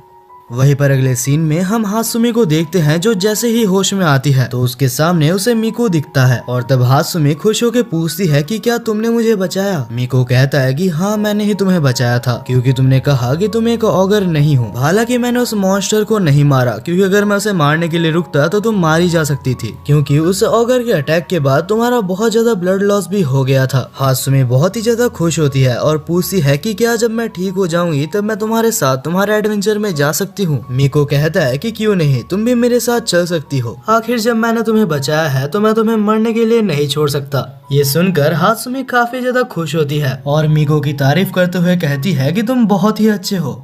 अगले सीन में हम उस सिटी को देखते हैं जहाँ पर अभी शैली, हॉक्स और बाकी सब रुके थे। वहाँ पर एक टूर्नामेंट भी हो रहा था जहाँ पर हॉक्स ने हिस्सा लिया था और उसी सिटी में कहीं पर मीको भी होता है। वहीं पर उस कंपटीशन में हॉक्स सबको बहुत ही इजीली हरा रहा था। बाद में हम शैली, बनी और मैरी को देखते हैं जो कि हॉक के बारे में ही बात कर रहे थे। वो कहते हैं कि हॉक इस टूर्नामेंट में इसलिए हिस्सा ले रहा है क्योंकि उसे और ज्यादा स्ट्रॉन्ग बनना है। वहीं पर जैसे ही शैली आगे देखती है तो वो मीको को नोटिस करती है और तब शैली मीको को पकड़ने के लिए उसके पीछे भागती है। बाहर जैसे ही दोनों मिलते हैं तो मीको शैली को एक बेंच में बैठाता है और कहता है कि मुझे नहीं पता था तुम भी यहाँ पर हो। मीको शैली को पानी देता है और कहता है मुझे माफ करना, मेरे पास और पैसे नहीं है। मीको शैली को ये भी कहता है कि मुझे एक ऑगर मिला है जिसका ख्याल रखने में मेरा सारा पैसा वहीं पर लग गया, नहीं तो मैं तुम्हें एक बहुत ही अच्छा ट्रीट देता। अगले सीन में हम उसी ऑगर को देखते हैं जो कि कुछ देर पहले हात्सुमे के ऊपर हमला किया था। वो मिराजी के पास आता है और कहता है मास्टर मुझे माफ करना, मैं हात्सुमे को नहीं मार पाया। और वो ये भी कहता है कि वहाँ पर एक मीको नाम का बंदा उसको प्रोटेक्ट कर रहा था। मिराजी कहता है कि कोई बात नहीं, तुमने सही किया, तुम वैसे भी मीको को नहीं हरा सकते। और तब हम वहाँ पर एक छोटी सी लड़की को देखते हैं जिसका नाम हमें सेलिना बताया जाता है। सेलिना मिड ऑगर से कहती है कि मुझे अपने ऊपर बैठाओ और मैं जहाँ बोल रही हूँ मुझे ले जाओ, लेकिन मिड ऑगर कहता है कि मैं तुम्हारा नौकर नहीं हूँ। लेकिन तब मिराजी मिड ऑगर को डराने के लिए कहता है इस एस लेवल के ऑगर को उसी ने मारा है। और अब ये कहने के बाद मिड ऑगर और कुछ भी नहीं बोलता। वो सेलिना को कंधे पे बैठाता है और मिराजी के साथ एक जगह पर चला जाता है। और जब वो दोनों ही वहाँ पर पहुँच जाते हैं तो वो मिड ऑगर देखता है कि वहाँ पर बहुत सारे ऑगर्स थे और वो सभी लोग एक बहुत ही इम्पोर्टेंट मीटिंग के लिए वहाँ पर इकट्ठा हुए थे। और जैसे ही मीटिंग चालू होती है तो मिराजी वहाँ पर मौजूद सारे ऑगर्स को एक मैप दिखाता है और कहता है कि इस मैप में जो रेड पोर्शन है वो हमारे ऑगर की कब्जा की हुई जमीन है और हमारी ये कब्जा की हुई जमीन बहुत ही जल्दी कम हो रही है और इन सब के पीछे बस एक पर्सन का हाथ है और उस पर्सन का नाम है मीको। और जब सारे ऑगर्स को पता लगता है कि इन सारी चीजों के पीछे बस एक पर्सन का हाथ है, तब कोई भी मिराजी के बातों को सीरियसली नहीं लेता, क्योंकि उन्हें लग रहा था कि बस एक ही पर्सन क्या ही बिगाड़ लेगा। लेकिन तब मिराजी साइमन का कटा हुआ सर दिखाता है। साइमन का ये हाल देख के वहाँ पर मौजूद सारे ऑगर्स कुछ भी समझ नहीं पाते, क्योंकि उन सारे ऑगर्स में से साइमन उनसे काफी ज्यादा स्ट्रॉन्ग था। जहाँ वहाँ पर मौजूद सारे ऑगर्स बिल्कुल चुप हो गए थे और उन्हें समझ नहीं आता कि आखिर उन्हें क्या करना चाहिए। तभी उन सब के बीच में से एक ऑगर का चाइल्ड बाहर आता है जिसका नाम टोडोरो था और उसके पास थंडर पावर्स थी। वो कहता है कि अगर साइमन एक छोटे से बच्चे से मारा गया तो इसका मतलब कि साइमन बहुत ज्यादा वीक था। लेकिन तब मिराजी कहता है कि साइमन अकेला नहीं है, उसके साथ मैरी, यूकी और बहुत सारे ऑगर्स भी मारे गए हैं। और जब टोडोरो मैरी का नाम सुनता है तो उसे बहुत ही ज्यादा गुस्सा आता है और वो कहता है कि इस मीको को मैं अपने हाथों से मारूंगा। और जैसे ही मीटिंग खत्म होती है तो साइमन मिराजी को कंप्लेन करने लगता है। वो कहता है कि तुम मुझे बस फायदे के लिए यूज कर रहे हो, अगर तुम चाहते तो तुम मुझे रिकवर कर सकते थे। पर तब मिराजी के कहने पर सेलिना साइमन को पूरी तरीके से मार डालती है। और इसके बाद सेलिना मिराजी को कहती है कि कुछ ह्यूमंस और ऑगर्स दोस्त भी हो सकते हैं। मिराजी इस बात से एग्री करता है क्योंकि उसे वैम्पायर के बारे में पता था। अब इसके बाद हमें अगला दिन दिखाया जाता है जहाँ पर हॉक्स को अचानक से सेलिना मिलती है। तब सेलिना हॉक्स से कहती है कि मेरे को अपने ऊपर बैठाओ, मैं एक पर्सन जिसका नाम मिराजी है उसे ढूंढ रही हूँ। लेकिन हॉक्स सेलिना को नहीं जानता, जिस वजह से वो सेलिना को मना कर देता है। लेकिन हॉक्स कहता है कि अगर तुम चाहो तो मैं तुम्हारे दोस्त मिराजी को खोजने में तुम्हारी मदद कर सकता हूँ। अब जब वो लोग बात करके जा ही रहे होते हैं तब सेलिना को हॉक का बिहेवियर काफी ज्यादा पसंद आता है और सेलिना काफी खुश होकर कहती है कि क्या हम दोस्त बन सकते हैं। पर तब हॉक सेलिना को समझाता है कि दोस्त ऐसे नहीं बनते, दोस्त बनने के लिए एक दूसरे को अच्छे से समझना जरूरी है। और ये कहते वक्त हॉक ने सेलिना को पकड़ा होता है और तब हॉक को एक बहुत ही ज्यादा डार्क एनर्जी महसूस होती है। इससे पहले कि हॉक कुछ भी पूछ पाता वहाँ पर मिराजी आ जाता है और तब मिराजी हॉक को पहचान लेता है और उसे ये पता होता है कि हॉक ने अभी भी टूर्नामेंट में पार्टिसिपेट किया है। तब मिराजी उसे उस टूर्नामेंट में जीतने के लिए बधाई देता है और तब मिराजी सेलिना को भी कहता है कि अपने नए दोस्त को बधाई दो और तब सेलिना भी उसे कांग्रेचुलेशंस कहती है। हालांकि हॉक को कोई भी अंदाजा नहीं था कि अभी अभी उसकी किससे दोस्ती हुई है। हमें बताया जाता है कि सेलिना वो ऑगर है जो कि सारे मास्क ऑगर्स को कंट्रोल करती है और उसके अंदर साइमन भी आता था। अब अगले सीन में हम हॉक को देखते हैं जो कि अपना फाइनल टूर्नामेंट लड़ रहा था और उन्हीं ऑडियंस में सेलिना भी होती है जो कि उसको चीयर कर रही थी। और ये सब देख के हॉक काफी ज्यादा मोटिवेटेड हो जाता है और डिसाइड करता है कि वो इस टूर्नामेंट को जरूर से जीतेगा। वहीं पर दूसरी तरफ स्टेडियम के बाहर हम शैली को देखते हैं और तब हम देखते हैं कि शैली के पास मिराजी आता है। हालांकि शैली नहीं जानती कि मिराजी कौन है और उसने क्या क्या किया है, लेकिन वहीं पर मिराजी शैली को बहुत ही अच्छे से जानता है। तब मिराजी शैली के पास आता है है और कहता है, मुझे पता है कि तुम्हारा ड्रीम ये है कि ऑगर्स और ह्यूमंस एक साथ रह सके, और जहाँ तक मेरी बात है तो मेरा गोल भी यही है कि मैं दोनों को एक साथ देख सकूं। लेकिन तभी हम देखते हैं कि पीछे से मीको आता है और तब मीको शैली से कहता है कि वो बिल्कुल भी अच्छा आदमी नहीं है। यहाँ तक कि मीको ये भी बताता है कि मिराजी कौन से पोस्ट में है।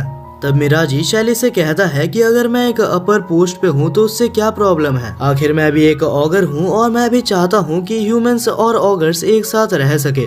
मिराजी ये भी कहता है कि बहुत सारे ऑगर्स मेरे अंडर आते हैं और अगर मैं चाहूँ तो मैं उन्हें बोल सकता हूँ कि ह्यूमंस और ऑगर्स एक साथ रहेंगे। अब इसके आगे मीको कुछ भी नहीं बोलता और कहता है कि या तो तुम मिराजी के साथ जाओ या अगर तुम चाहो तो तुम मेरे साथ आ सकती हो। तब शैली सोच रही होती है कि मिराजी और मेरा गोल एक ही है और अगर मैं उसके साथ जाऊं तो मेरा बहुत ही ज्यादा फायदा है। और तब हमें दिखाया जाता है कि शैली मीको का हाथ पकड़ती है और कहती है कि हालांकि तुम बहुत ही ज्यादा स्ट्रांग हो लेकिन मीको मेरा पुराना दोस्त है।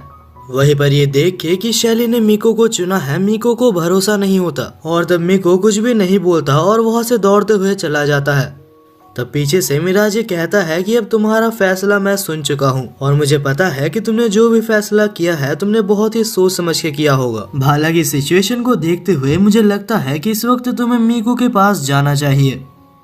और जब शैली मीको के पास जाती है तो मीको उसे पहले तो कुछ भी नहीं बोलता लेकिन इसके बाद कहता है कि वो बच्चा मैं ही हूँ जिसके पेरेंट्स को बचपन में ही ऑगर्स ने मार दिया था और यही वजह है कि मैं इस दुनिया में सारे ऑगर्स को मारना चाहता हूँ। इस वक्त मैं जिंदा बस इसलिए हूँ ताकि मैं सारे ऑगर्स को मार सकूँ। तब शैली कहती है कि अगर ये सच है तो मुझे ये बताओ कि जब सारे ऑगर्स मारे जाएंगे तब तुम क्या करोगे। और ये सुनने के बाद हम देखते हैं कि मीको एक बहुत ही इविल स्माइल कर रहा होता है। वहीं पर अगले सीन में हम टोडोरो को देखते हैं जो कि और भी ऑगर्स के साथ सिटी पे हमला करने के लिए आ चुका था। वहीं पर हमें हॉक को दिखाया जाता है जिसके पास उसका एक दोस्त आता है। ये हॉक का दोस्त तब बना था जब ये कुछ देर पहले हॉक के साथ टूर्नामेंट में फाइट कर रहा था। तब हमें कुछ टाइम पहले का सीन दिखाया जाता है जहाँ पर गिल्ड मेंबर्स आके कहते हैं कि तुम लोग जितने ऑगर्स मारोगे उस हिसाब से तुम्हें पैसे मिलेंगे और इस वक्त सारे एडवेंचरर्स ऑगर्स को मारने के लिए बाहर हैं। तब हम प्रेजेंट में हॉक और उसके दोस्त को देखते हैं जो कि ऑगर्स को मारने के लिए जा रहे थे। हॉक का दोस्त कहता है कि मुझे कुछ पैसों की जरूरत है क्योंकि मेरे पास पैसे नहीं है अपने बच्चों को स्कूल में पढ़ाने के लिए। तब हॉक कहता है कि हालांकि हमें ये मिशन मिला है लेकिन ऑगर्स इतने ज्यादा कमजोर नहीं होते, अगर तुमने सावधानी से फाइट नहीं की तो तुम मारे जा सकते हो। और ये सब सुन के वो कहता है तो इसका मतलब कि ये ऑगर्स को मारना मेरा काम नहीं है। और तब वो हॉक को कहता है कि इससे अच्छा होगा कि मैं अपने घर में लौट जाऊं। वो ये कह ही रहा था कि उसके ऊपर एक बहुत ही खतरनाक थंडर अटैक होता है और जैसे ही हॉक सामने देखता है तो वो उसके सामने टोडोरो को देखता है। हॉक को समझ आ जाता है कि ये एक ऑगर है लेकिन टोडोरो को यहाँ पर एक गलतफहमी हो गई थी। वो सोच रहा होता है कि जिस पर्सन ने मैरी को मारा है वो हॉक है, जिस वजह से वो कोशिश कर रहा होता है कि वो हॉक को भी मार सके। वहीं पर हम शैली को देखते हैं जिसे कुछ भी समझ नहीं आता कि आखिर ये धमाका कहाँ से हो रहा है। और तभी शैली के पीछे हम मिराजी को देखते हैं। तब शैली मिराजी को कहती है कि तुम सारे ऑगर्स के बॉस हो तो क्या तुम प्लीज जाकर उन्हें समझा सकते हो कि हम एक साथ रहना चाहते हैं। पर तब मिराजी कहता है कि नहीं, मैं ऐसा नहीं कर सकता, शायद तुम्हें याद नहीं तुमने मेरे जगह मीको को चुना था।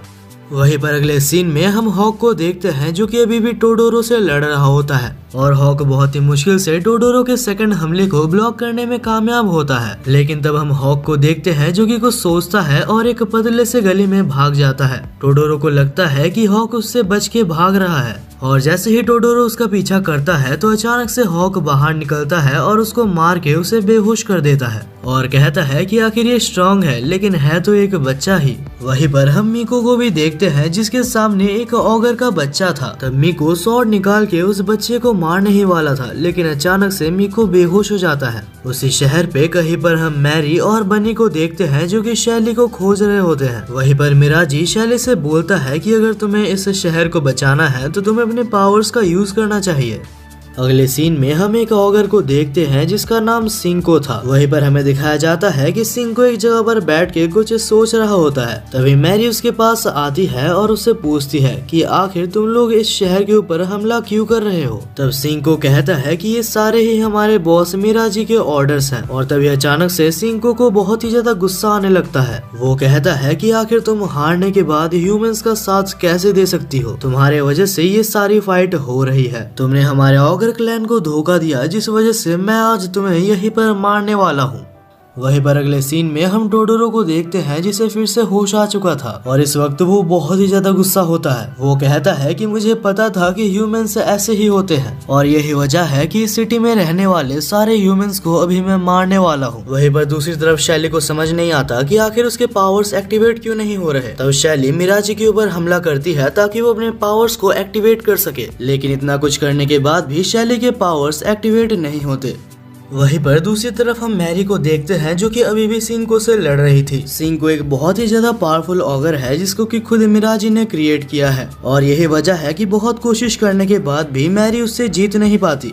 वहीं पर दूसरी तरफ हम हॉक को देखते हैं जो कि अभी भी टोडोरो से लड़ रहा था और टोडोरो की इस इंसेन स्ट्रेंथ को देख के वो समझ गया था कि आज वो यहीं पर मारा जाएगा, लेकिन उसके बाद भी हॉक बिल्कुल भी दुखी नहीं था। वो कहता है कि जिंदगी में मुझे सबसे अच्छा जो भी मिल सकता था मुझे मिला है, कुछ ऐसे दोस्त मिले हैं जिनके ऊपर मैं भरोसा कर सकता हूँ। और तब टोडोरो अपना सबसे ज्यादा स्ट्रॉन्गेस्ट हमला हॉक के ऊपर करता है। हॉक को पूरी तरीके से पता था कि हमले से वो मारा जाएगा, लेकिन वो फिर भी मैदान से भागता नहीं है और जैसे ही वो हमला हॉक के ऊपर होने ही वाला था कि अचानक से सामने वीनी आ जाती है और वीनी ने उस अटैक को ब्लॉक कर दिया था और इसके बाद वीनी काफी ज्यादा गुस्सा हो जाती है। वो कहती है कि अगर तुम अपने दोस्तों के लिए परवाह करते हो तो उनके लिए जियो। वहीं पर टोडोरो बहुत ही ज्यादा गुस्सा हो गया था और वो अभी वीनी के ऊपर अटैक करने वाला होता है, लेकिन तब वीनी कहती है कि तुम्हारे और हॉक की फाइट में मेरा कोई भी काम नहीं है, मैं बस यहाँ पर इसलिए आई हूँ ताकि मैं हॉक को एक वेपन दे सकूँ। और तब वीनी हॉक को एक स्टील का सॉर्ड देती है।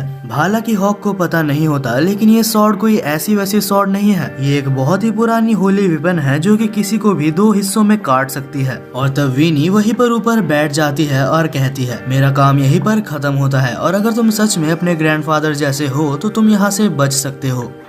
वहीं पर अगले सीन में हम बनी को एक ईगल ऑगर से लड़ता हुआ देखते हैं और क्योंकि वो ईगल ऑगर काफी ज्यादा पावरफुल था तो एंजल ने बनी को फिर से उसी पावर को दे दी थी और उस पावर की मदद से बनी एक ही सेकंड के अंदर उस मॉन्स्टर को मार डालता है। हालांकि इस पावर ने बनी की बहुत ही ज्यादा एनर्जी को कंज्यूम कर लिया था। तब बनी पूरे होश में नहीं होती है, लेकिन वो फिर भी अपने दोस्तों को हेल्प करने के लिए जा रही होती है। वहीं पर हम हॉक को देखते हैं जिसने कि बस एक ही अटैक के साथ टोडोरो के अटैक को 2 हिस्से में काट दिया होता है और साथ ही साथ वो हमला इतना ज्यादा खतरनाक होता है कि उसने टोडोरो को भी बेहोश कर दिया था।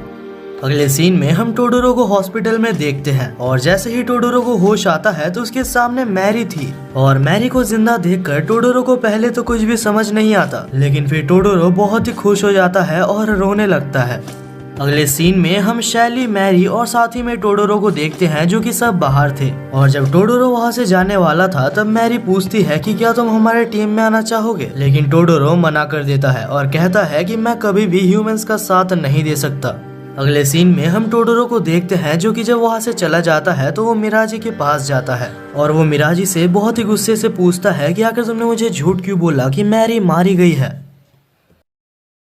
तो मिराजी कहता है कि मुझे माफ करना, मैंने तुम्हें ह्यूमंस के ऊपर अटैक करने के लिए कहा। और ये कहकर मिराजी टोडोरो के ऊपर हमला कर देता है और वो हमला इतना ज्यादा खतरनाक था कि टोडोरो वहीं पर मारा जाता है। और अब उसे मारने के बाद मिराजी हंसता है और कहता है कि मैं कितना अच्छा हूँ, मैंने तुम्हें अपने दोस्तों के पास भेज दिया जहाँ पर तुम आराम से बैठ के नर्क में उनके साथ बात कर सकते हो।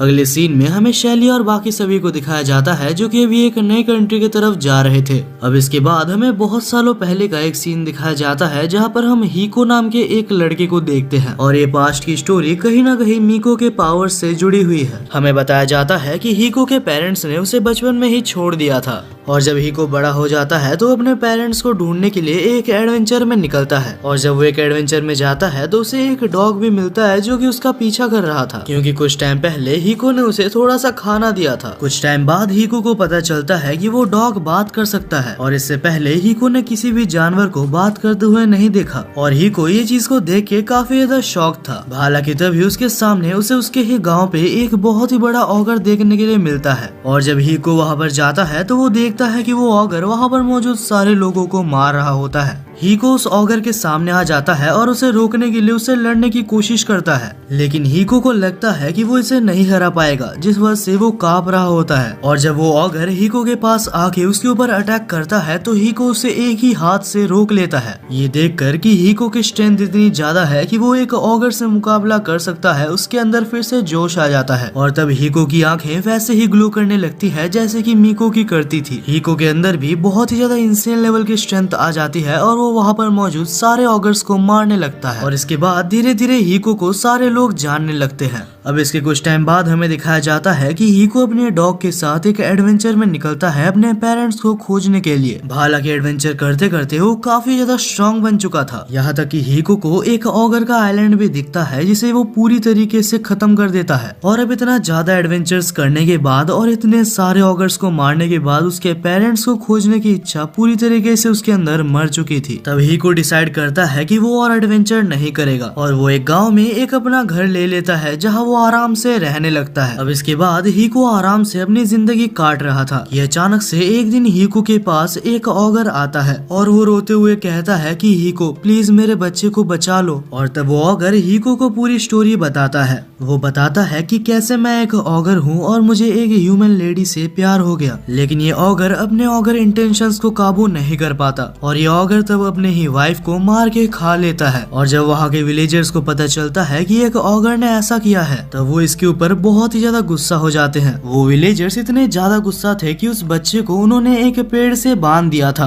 और जैसे ही उस बच्चे को विलेजर्स मारने वाले थे तब हीको आके उसे बचा लेता है। हीको उनसे कहता है कि इसमें बच्चे की कोई भी गलती नहीं है, लेकिन वो विलेजर्स बहुत ही ज्यादा गुस्सा थे और वो हीको की बात नहीं सुनते। वेल बहुत ही मुश्किल से हीको सबको कन्विंस करके उस बच्चे को अपने घर में ले जाता है और जैसे कि आप लोगों को पता चल ही गया है ये बच्चा और कोई नहीं मीको है।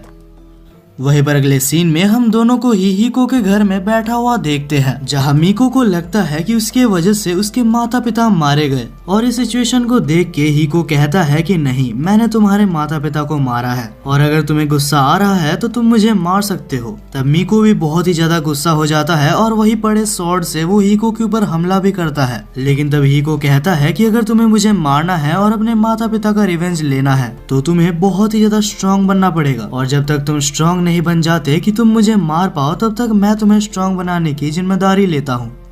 कुछ टाइम बाद जब मीको वहाँ पर नहीं था तब डॉग हीको से पूछता है मुझे पता है कि तुमने उसके माता पिता को नहीं मारा तो आखिर तुम मीको का साथ क्यों दे रहे हो और तुमने ये तक कहा कि तुम उसे स्ट्रॉन्ग बनाओगे ताकि वो तुम्हें मार पाए। तब हीको कहता है कि क्योंकि मैंने ऐसे कहा तो भी उसके पास एक गोल है, उसे स्ट्रॉन्ग बन के मुझे मारना है ताकि वो अपने माता पिता की मौत का बदला ले सके और अगर मैं ऐसा ना कहता तो वो सिर्फ ये सोचता कि उसके माता पिता की मौत उसके वजह से हुई है। हालांकि मीको उधर ही मौजूद होता है और वो चुपके से इन सारी बातों को सुन रहा होता है।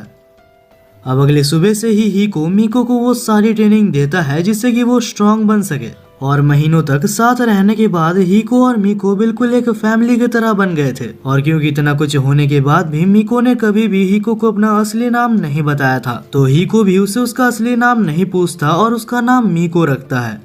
वो दोनों ही अपनी लाइफ को खुशी खुशी जी रहे थे, लेकिन एक दिन अचानक से हमें कहीं दूर एक बहुत ही ज्यादा स्ट्रॉन्ग ऑगर को दिखाया जाता है। वहीं पर दूसरी सीन में हम हीको और मीको को देखते हैं जो कि एक पहाड़ पे बैठे थे और तब हीको कहता है कि अभी तुम पहले से बहुत ही ज्यादा स्ट्रॉन्ग हो और इस वक्त अगर तुम चाहो तो तुम एक एडवेंचर में जा सकते हो। लेकिन हीको को छोड़ के मीको कहीं भी नहीं जाना चाहता। मीको कहता है कि अगर आप भी मेरे साथ एक एडवेंचर में जाओगे तो मैं भी आपके साथ चलूंगा। अब इसके बाद हमें बहुत दिन बाद का सीन दिखाया जाता है जहाँ पर मीको कहीं काम से गया होता है और उसे एक बहुत ही ज्यादा बैड फीलिंग आ रही होती है जैसे कि उसे तब आया था जब उसके माता पिता को कुछ ऑगर्स ने मार दिया था। और जब फाइनली मीको वहाँ पर पहुँच जाता है जहाँ उनका घर हुआ करता था तब वो देखता है कि वो पूरा विलेज डिस्ट्रॉय हो चुका है और वहाँ पर हमें उसी ऑगर को भी दिखाया जाता है जो कि हमें कुछ दिन पहले दिखाया गया था। हालांकि वो इतना ज्यादा स्ट्रॉन्ग था कि वो हीको को भी मार डालता है, लेकिन मरने से पहले हीको मीको को पास बुलाता है और कहता है मुझे माफ करना कि मैं तुम्हारे साथ तुम्हारे जर्नी पे नहीं जा सकता। और तब वो ये भी कहता है क्योंकि मैंने तुम्हें ये भी प्रॉमिस किया था कि जब तक तुम स्ट्रांग नहीं बन जाते मैं तुम्हारे साथ रहूंगा, तो मेरे जगह मेरा ये स्वॉर्ड तुम्हारे साथ रहेगा। और इसके बाद जब हीको मारा जाता है तो हीको के अंदर से एक रोशनी निकलती है जो कि सीधा ही मीको के अंदर चली जाती है। और इसके बाद से ही मीको इतना ज्यादा पावरफुल बन गया कि वो किसी को भी मार सकता है। तब वो हीको का स्वॉर्ड लेता है और जिस ऑगर ने उसे मारा था उसके पास जाके उसे एक ही सेकंड के अंदर मार डालता है। और वहीं से मीको की एडवेंचर भी चालू होती है। वहीं पर हम प्रेजेंट में देखते हैं जहाँ पर हात्सुमी मीको को उठाकर ले जा रही थी क्योंकि मीको कुछ देर पहले बेहोश हो गया था। और तभी हमें उस डॉग को भी दिखाया जाता है जो कि कुछ सोच रहा होता है। वो सोच रहा होता है कि मीको अभी पहले जैसा बिल्कुल भी नहीं है। मीको को अभी कुछ बहुत ही अच्छे दोस्त मिले हैं और शायद वो मीको को पहले जैसे करने में कामयाब रहे। और यार फाइनली इसके साथ ही ये एनिमे यहीं पर खत्म होता है। ये वीडियो इस एनिमे का सीजन 1 था और अगर इसका सीजन 2 आता है तो मैं आपके लिए उस वीडियो को जरूर से एक्सप्लेन करूंगा। बाकी इस वीडियो को बनाने में मुझे बहुत ही ज्यादा मेहनत लगी है, तो कमेंट बॉक्स आपके लिए खुला है। मुझे इतना सा जरूर से बता के जाना कि आउट ऑफ 10 आप इस एनिमे को कितना रेट करोगे। और जहाँ तक मेरी बात है तो मैं इस एनिमे को 8/10 की रेटिंग देता हूँ। और यार सच में मैं चाहता हूँ कि हमारे 50,000 की फैमिली बहुत ही जल्दी कंप्लीट हो जाए। तो अगर आप में से एक भी जन ने इस चैनल को सब्सक्राइब किया तो हम अपने गोल के बहुत ही ज्यादा करीब आ जाएंगे। और ये गारंटी मेरी है कि इस चैनल पे सबसे अच्छे एनिमेज आएंगे। तो तब तक के लिए मिलते हैं एक और नए वीडियो पर।